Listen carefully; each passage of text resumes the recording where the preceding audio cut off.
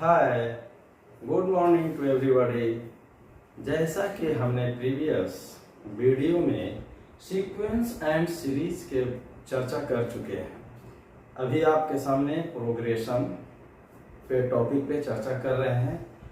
हमें आप लोगों के बीच यह संदेश देना है कि हर एक छोटे से छोटे पॉइंट को कंसीडर करिए और बड़े से बड़े पॉइंट पे जाइए।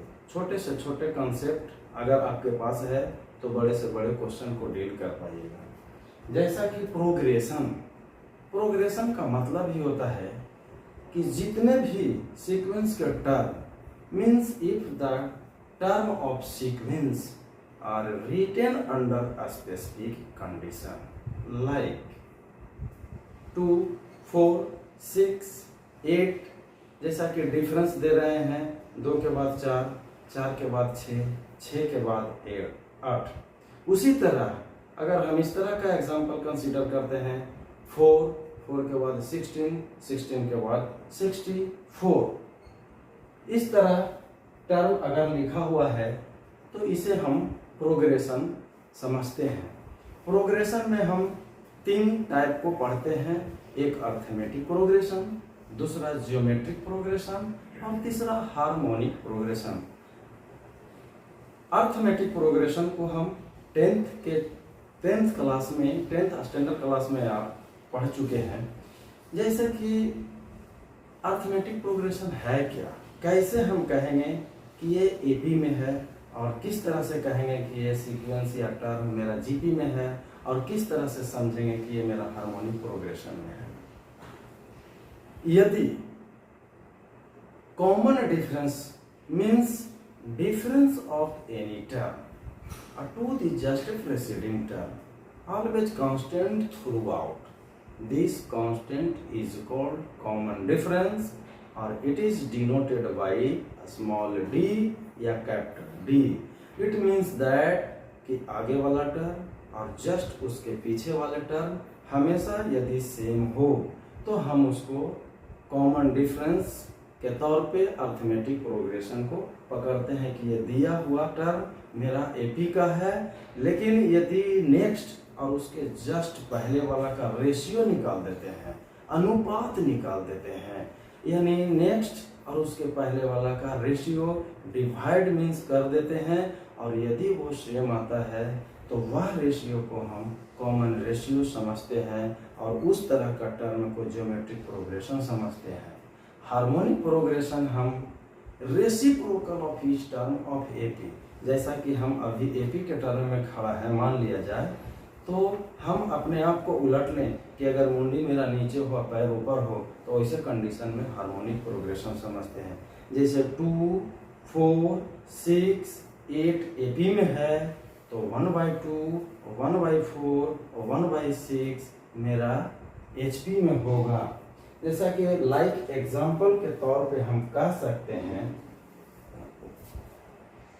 जैसा कॉमन डिफरेंस अर्थमेटिक प्रोग्रेशन में होता है next term to the just preceding term, next term to the just preceding term. Example यहाँ पे है 1, 3, 5, 7 मीन्स नेक्स्ट टर्म और जस्ट प्रीसीडिंग टर्म, यानी 3 - 1 is equal to 5 - 3 is equal to 2। Another example हम कह सकते हैं पाई प्लस e के power pi, pi plus 2 × e to the power pi, यानी नेक्स्ट टर्म और minus preceding term is equal to e के power pi. यहाँ पे डिफरेंस जो मेरा आया सेम आया।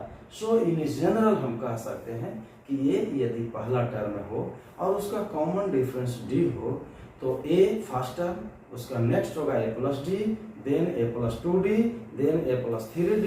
सो इन जनरल आगे बढ़ते चलेंगे, एक समय ऐसा आएगा कि n नंबर ऑफ टर्म के लिए a + n - 1 × d।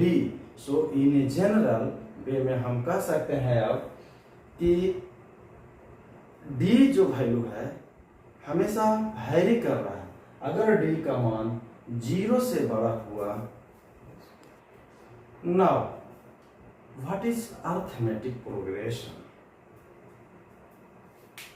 if quantities are in AP means the number of term increase or decrease by same difference then form arithmetic progression. like कुछ पॉइंटेड है जिसे हम मेमोराइज करके रखने वाली बात है, जो कि जैसा कि पहला पॉइंट में हम कह सकते हैं कि यदि मेरा कॉमन डिफरेंस जीरो हो तो उस तरह का एपी को हम कांस्टेंट एपी कहेंगे। जैसे 2 2 2 यानी d is equal to 2 minus 2 is equal to 0, 2 minus 2 is equal to 0।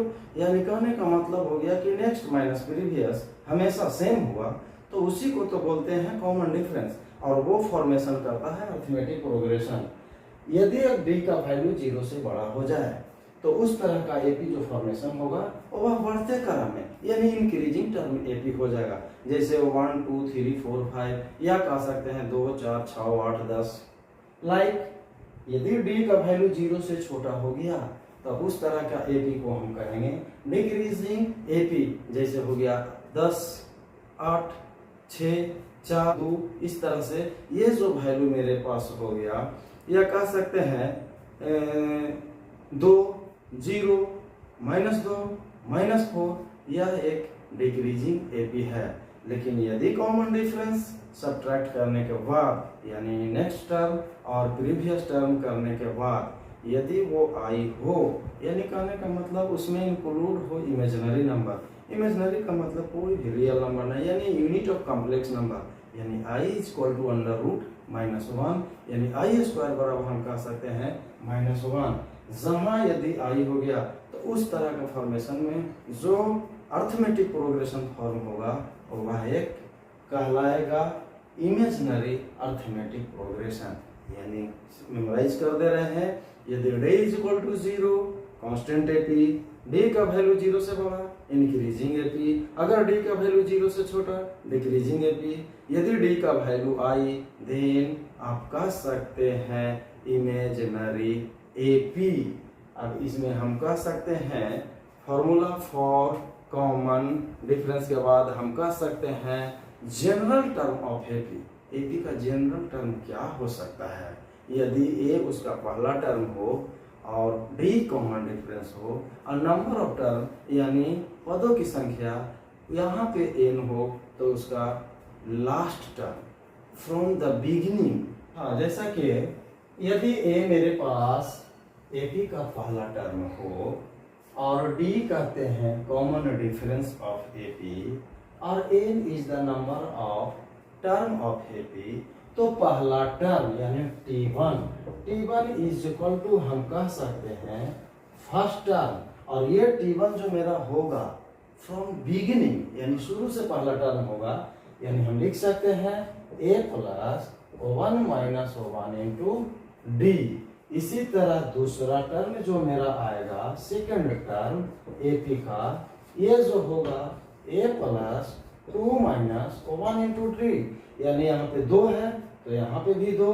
इसी तरह मेरे पास अगर तीसरा टर्म का दें थर्ड टर्म, तो ये जो मेरा फॉर्मेशन होगा a plus 3 minus 1 into D, यानी कह सकते हैं a plus D, a plus 2d।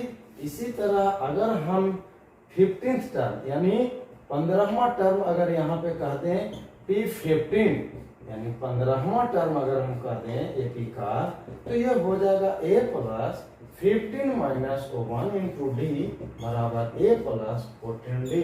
So in general अगर nth टर्म की बात करते हैं Tn is equal to last term of AP, last term या इसी को कहेंगे nth टर्म ऑफ एपी बराबर जो होगा a plus n minus 1 into D.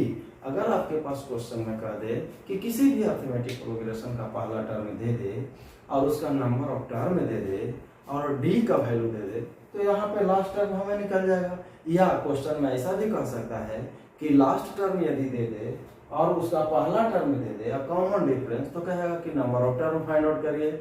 या हो सकता है कि लास्ट टर्म दे दे और पहला टर्म दे दे और नंबर ऑफ टर्म दे दे, तो डी का वैल्यू निकालने के लिए कह दे। इस तरह से जैसा कि अब हम यहाँ पे आपको हम एक पॉइंट दे रहे हैं कि कॉमन डिफरेंस का फॉर्मूला किस किस वे में हमें आता है। पहला तो यदि हम कहते हैं कि डी मेरे पास कॉमन डिफरेंस ए पी है, तो डी बराबर हम कह सकते हैं एनी टर्म और माइनस जस्ट प्रेसीडिंग टर्म, इसका मतलब पहले वाला टर्म उसके सब्ट्रैक्ट कर देंगे, यानी डी बराबर कह सकते हैं यदि कोई टर्म टी एन है तो उसका just preceding term T N minus O1 होगा, या कह सकते हैं टी एन माइनस O1 होगा तो उसका होगा टी एन माइनस 2 होगा, पहला फॉर्मूला। दूसरा कह सकते हैं, यहाँ पे कह सकते हैं कि यदि, चूंकि हम जानते हैं कि डी टी एन लास्ट, पहले ये जान लें कि लास्ट टर्म जो मेरा है बिगनिंग से वो a plus N minus O1 into D है। यहाँ पे a कह सकते हैं टी एन माइनस ए बराबर N minus O1 into D है, तो इसीलिए d बराबर जो मेरे पास होगा टी एन माइनस ए बटा एन माइनस O1, या इसी को हम लिख सकते हैं last term minus first term divided by number of term और माइनस 1। सो इन जनरल, यदि तीसरा पॉइंट में हम लेकर चलते हैं कि यदि टीपी मेरा पीएच टर्म एपी का हो गया, यदि टीपी बराबर pth term A plus P minus O1 into D, और टी क्यू जो मेरे पास है qth term of AP A plus Q minus O1 into D, दोनों इक्वेशन को हम यहाँ पे सबट्रैक्ट कर देते हैं। अब यहाँ पे हम यह कहना चाहते हैं कि यदि अर्थमेटिक प्रोग्रेशन का पीएच टर्म दे दिया हो a plus P minus O1 into D, और टी क्यू भी मेरा क्यूएच टर्म दे दिया, दोनों इक्वेशन को हम सबट्रैक्ट करते हैं, तो यहाँ से मिला T P minus T Q is equal to, A से कैंसिल आउट होगा, यहाँ पे डी कॉमन होगा, तो P minus Q into D. So in general हम कह सकते हैं, इन जनरल कॉमन डिफरेंस का जो फॉर्मूला हुआ है P का, D is equal to T P minus T Q divided बटा P माइनस क्यू।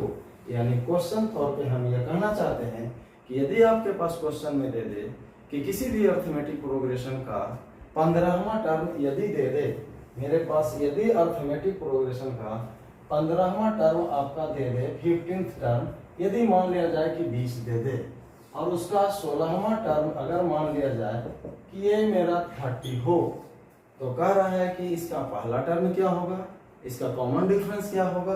तो D बराबर हम यहाँ फॉर्मूला से जानते हैं, चूंकि TP minus T Q divided बटा P माइनस क्यू।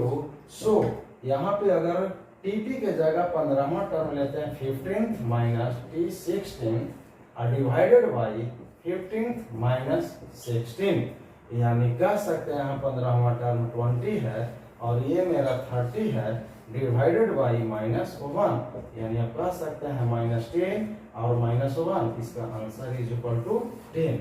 इस तरह से इन जनरल हम इस फॉर्मूला के यूज करके बना सकते हैं। जैसा कि आप कॉमन डिफरेंस के बारे में जान लिए, कॉमन डिफरेंस से रिलेटेड छोटा से छोटा और बड़ा से बड़ा किस तरह का क्वेश्चन हो सकता है, इसको हम बारीकी से देखेंगे और दिखाएंगे। यदि किसी अर्थमेटिक प्रोग्रेशन का यहाँ पे पहला टर्म है, first term of an AP is 3, इसका मतलब हम सोल्यूशन तौर पर कहेंगे, यहाँ पे आपका दिया हुआ है गिवन, ये दिया हुआ है पहला टर्म, मीन्स हम दिया हुआ है कि a बराबर, यानी पहला टर्म यहाँ पे 3 हो गया, and common difference d is equal to 1/4। तो कह रहा है टू फाइंड, क्या निकालना है, फाइंड T15। तो हम जानते हैं इसका लास्ट टर्म जो होता है Tn बराबर होता है a plus n minus 1 into D. तो Tn बराबर आपके पास, तो यहाँ n के जगह 15 देंगे, तो T15 बराबर हम कह सकते हैं a प्लस 15 माइनस 1 यानी 14 14d ए आपके पास मालूम है 3 और ये plus 14 I into D is equal to 1/4। यहाँ से इसको कैंसिल आउट करेंगे 2 और इसको करेंगे 7 यानी 3 प्लस 7/2। 2 मेरा यहाँ पे एलसीएम यानी लघुत्तम लेंगे तो यहाँ 3 इंटू 2 6 होगा और प्लस ये 7 यानी 13/2। एक सॉल्यूशन तो इस तरह का हुआ कि आपके पास डी निकालना हो या एन निकालना हो या आपके पास डी दे दिया हो या ए दे दिया हो तो नेक्स्ट टर्म कैसे निकलेगा, 15वां टर्म कैसे निकलेगा, 16वां टर्म कैसे निकलेगा, इससे रिलेटेड अब नेक्स्ट क्वेश्चन देखते हैं। इस तरह से हम दूसरा क्वेश्चन का बात करते हैं कि if first and second term of an AP are 1 and -3। दिया हुआ क्वेश्चन के राउंड चलना, जैसे सॉल्यूशन हम करेंगे। दिया हुआ है गिवन में ये दिया हुआ है पहला टर्म यानी t1 इज इक्वल टू 1 और यहाँ पे दूसरा टर्म यानी t2 बराबर -3। तो नेक्स्ट माइनस प्रीवियस को ही हम कहते हैं कॉमन डिफरेंस। तो यहाँ से d मेरा फाइंड आउट हो जाएगा यानी d बराबर, चूंकि d t2 और -t1 कह सकते हैं -3 और -1 बराबर -4। अब निकालना है यहाँ पे 20वां टर्म। हाउ टू फाइंड यानी t20 is equal to what, t20 बराबर व्हाट। तो हम जानते हैं nth टर्म AP का हम जानते हैं कि tn बराबर जो यहाँ पे होता है a जोड़ a plus n -1 into d, tn बराबर। तो जब n का मान यहाँ पे 20 दे देंगे तो t20 बराबर जो हो जाएगा a प्लस 19 इंटू d। और a आपके पास मालूम है पहला टर्म इज इक्वल टू 1 और 19 into D is equal to -4। तो यहाँ पे कह सकते हो 1 इज माइनस कितना हो जाएगा 19 इंटू 4 इतना इज इक्वल टू हम कह सकते हैं -75। यानी सेकंड टाइप का क्वेश्चन इस तरह का आपके पास। अब हम नेक्स्ट क्वेश्चन पे हम चर्चा करते हैं कि यदि क्वेश्चन में कह दिया कि nth टर्म AP का 1/n है और nth टर्म 1/m है तो कहेगा इसका पहला टर्म निकालिए, इसका कॉमन डिफरेंस निकालिए, इसका mnth टर्म क्या होगा। तो चूंकि सॉल्यूशन तौर पर हम जो दिया हुआ क्वेश्चन को हम डील करते हैं, दिया हुआ है यहाँ पे गिवन, दिया हुआ है nth term of AP is 1/n और nth term AP is 1/n। तो हम इन जनरल फॉर्मूला से जानते थे कि D बराबर TP माइनस TQ डिवाइडेड बटा P माइनस Q। यहाँ पे कह सकते हैं TM और TN divided by M minus N। mth term जो मेरे पास है 1/n और nth टर्म 1/n, ये होगा m माइनस n। यहाँ पे हम एलसीएम लेते हैं यदि m n तो n से इसमें कैंसिल आउट तो बचेगा m minus n divided by m minus n। ये से इसको हम कैंसिल करेंगे तो d बराबर मेरे पास मालूम होगा 1/mn। उसी तरह a निकालना है तो चूंकि tm बराबर या tn बराबर किसी को लेंगे, tm बराबर मेरे पास है a plus m minus 1 into D और tm यहाँ पे 1/n है तो a प्लस m माइनस 1 और d होगा इंटू 1/mn। तो यहाँ से हम ये फाइंड आउट करेंगे क्योंकि a बराबर जो मेरे पास आएगा 1/n माइनस इसको हम लेकर आ जाएंगे m माइनस 1/mn। यहाँ से mn एक एलसीएम लिए, n से n कैंसिल बचा यहाँ पे n, यहाँ पे आपके पास ये दोनों कैंसिल बचा n और माइनस माइनस प्लस 1 ये कट जाएगा तो यहाँ पे पहला टर्म मेरे पास 1/mn। नाउ अब हम कह सकते हैं निकालना है tmn। तो tmn जो मेरे पास होगा a plus mn minus 1 into D. ये तो मेरे पास मालूम है ही 1/mn।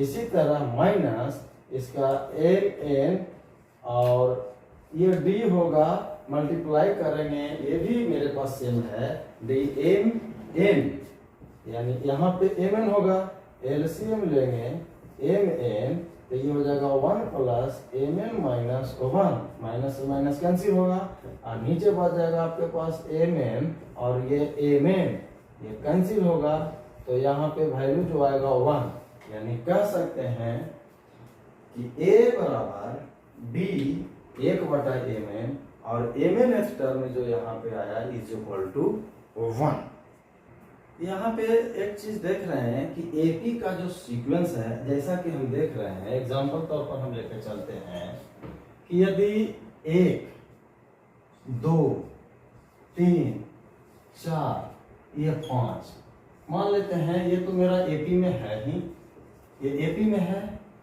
तो शुरू से यानी बिगिनिंग से पहला टर्म और लास्ट से पहला टर्म का योग यानी जोड़ते हैं, तो 1 plus 5 is equal to 6।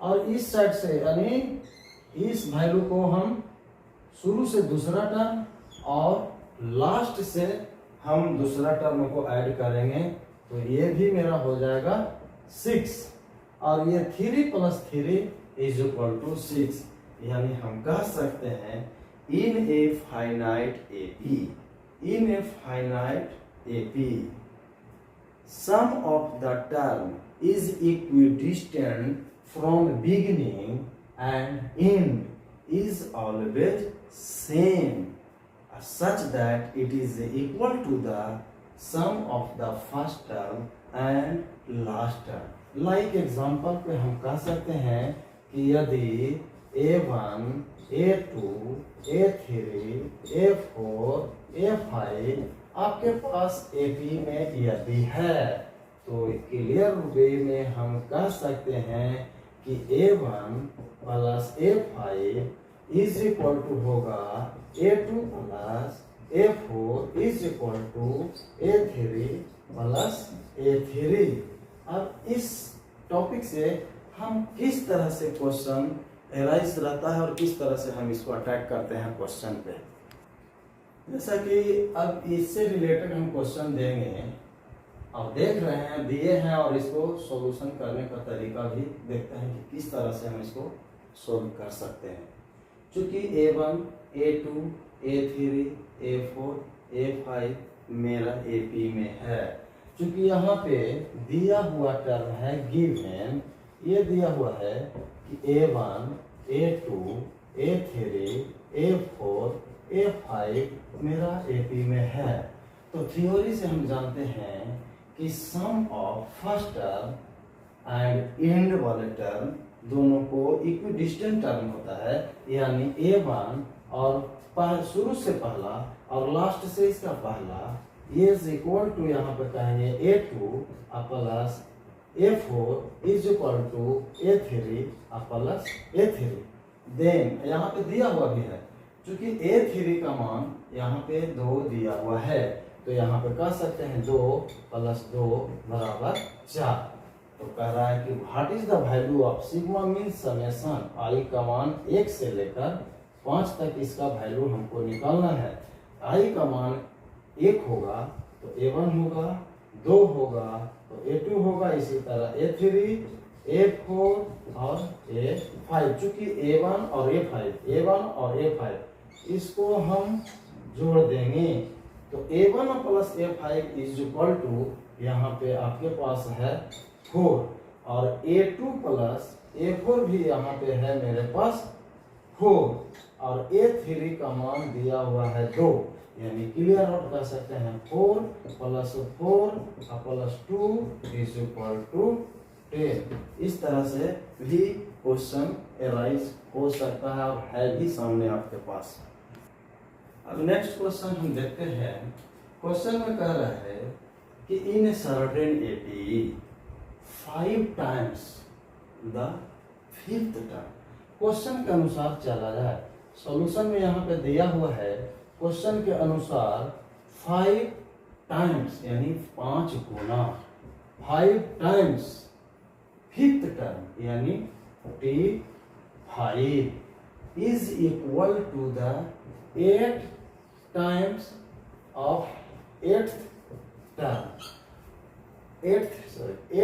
Term यानी 5 गुना t5 बराबर है 8 गुना एथ यानी 8वां पद का। अगर हम यहाँ पे तो कह रहा है कि 13वां टर्म क्या होगा, 13 टर्म क्या होगा। अगर हम यहाँ से ये कहते हैं कि यदि a मेरा पहला टर्म हो और d जो मेरा कॉमन डिफरेंस हो, तो t1 जो मेरा a होगा, t2 जो मेरा a प्लस d होगा, t3 मेरा a प्लस 2d होगा।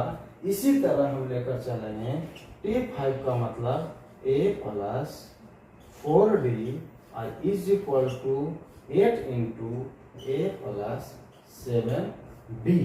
यहाँ पे कर सकते हैं कि 5 इंटू a 5a आइए 20 d 8 a प्लस 56 d। हम इसको इस साइड ले जाएंगे, इसको भी इस साइड लेकर चले जाएंगे, तो यहाँ पे देखेंगे 8 में से 5 आएगा, यहाँ 3a और ये आपके पास 56 में 20 अगर हम लेकर चले जाते हैं तो ये 36 d is equal to 0। 3 common लेते हैं तो ये हो जाएगा a प्लस 12 इंटू डी। अब ये आपके पास 13 टर्म यानी 13वां जो टर्म मेरा मिलेगा, इसका मान मेरे पास 0 आएगा।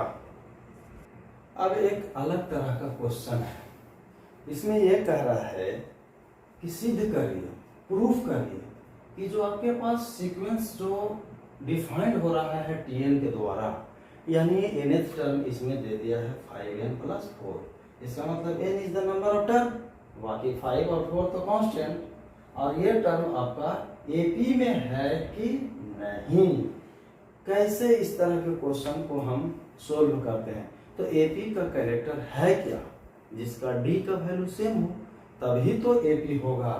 तो यहाँ पे हम दिया हुआ से लेकर चलेंगे कि चूंकि गिवन में nth टर्म tn बराबर 5n प्लस 4, हम जानते हैं फॉर्मूला फॉर कॉमन डिफरेंस में भी लिखा दिया है कि चूंकि d बराबर जो होगा tn माइनस 1।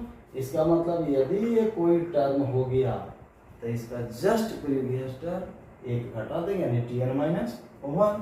अगर tn यहाँ पे 5n प्लस 4 हो गया तो माइनस n के जगह n माइनस 1 दे देंगे i प्लस 4 इस तरह से।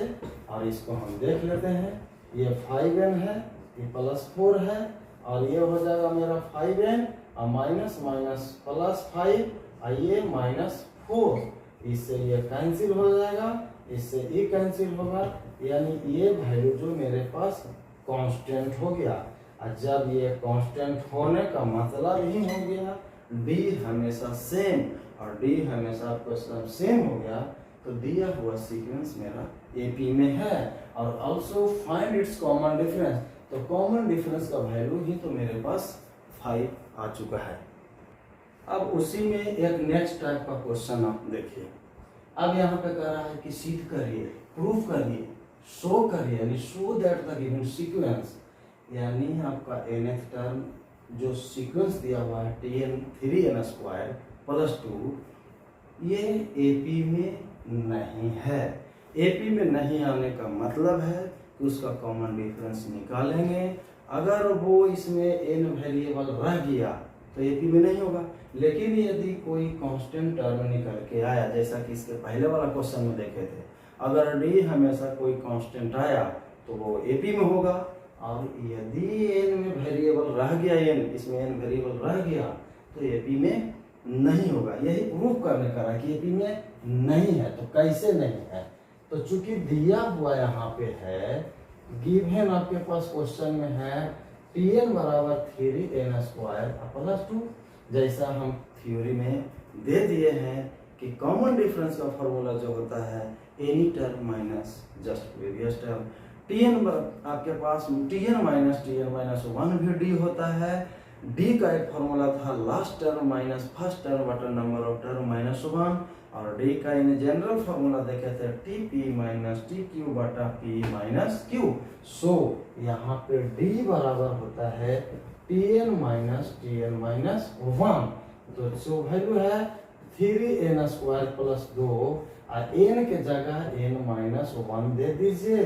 तो 3n माइनस 1 का स्क्वायर प्लस 2, यानी ये वैल्यू है 3n स्क्वायर प्लस 2 माइनस इसको लेकर चलेंगे 3 a माइनस बी को whole square a square plus b square minus 2ab minus plus minus यहाँ पे 2।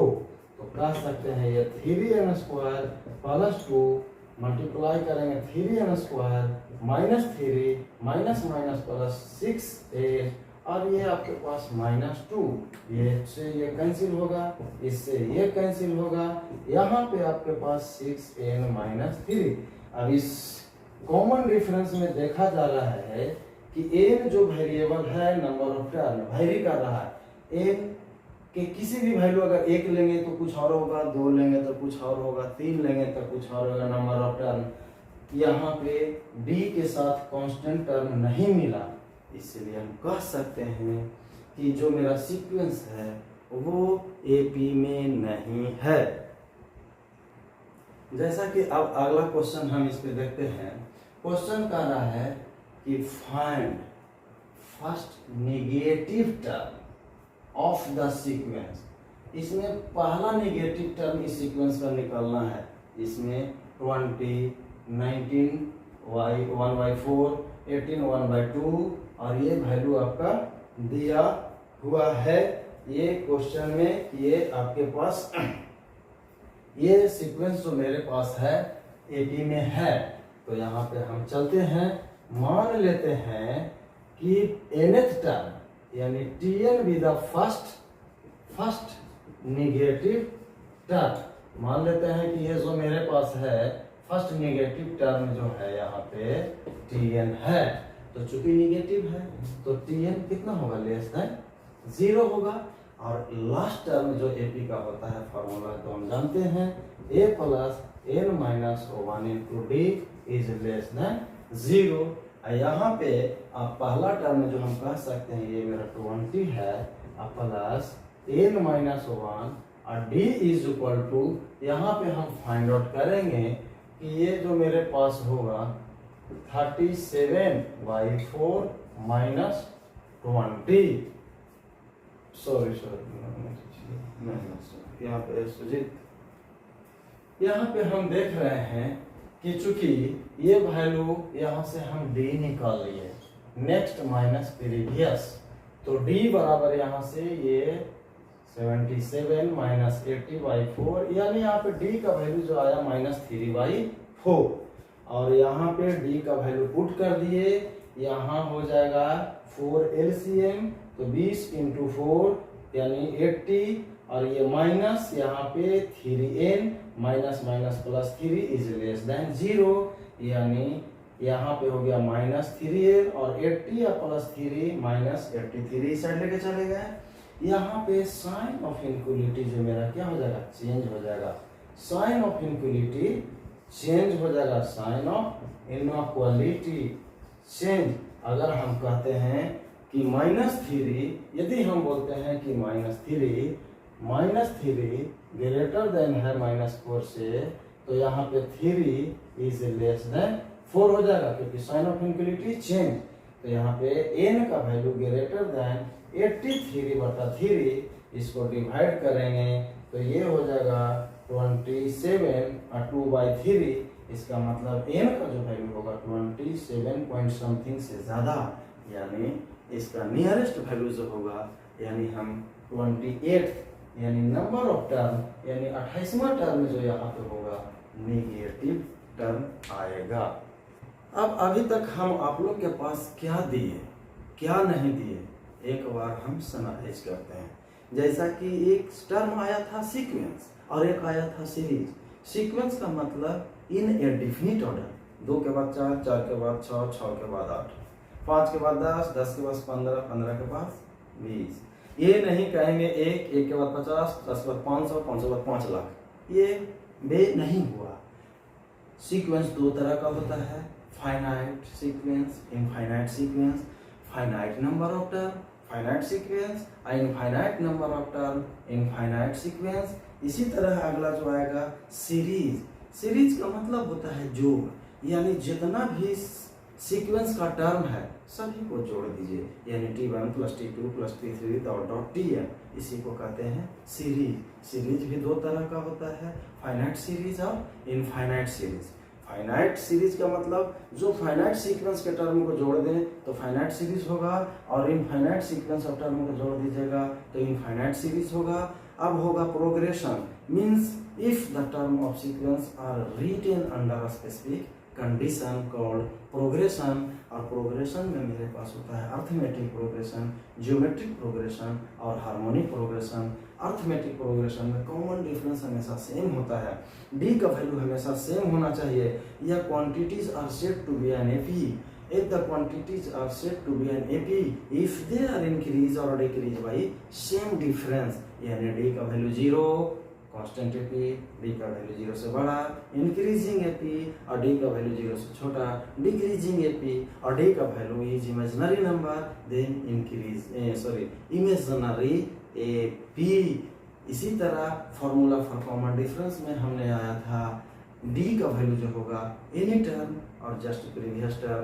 D बराबर एक फॉर्मूला होता है last term minus first term और बटा नंबर ऑफ टर्म -1, या D बराबर हम कह सकते हैं Tn - Tn-1 या Tn-1 - Tn-2। So in general वे में D का जो फॉर्मूला होता है Tp - Tq बटा P - Q, where Tp is called pth term of AP or Tq is called qth term of AP. Thank you so much.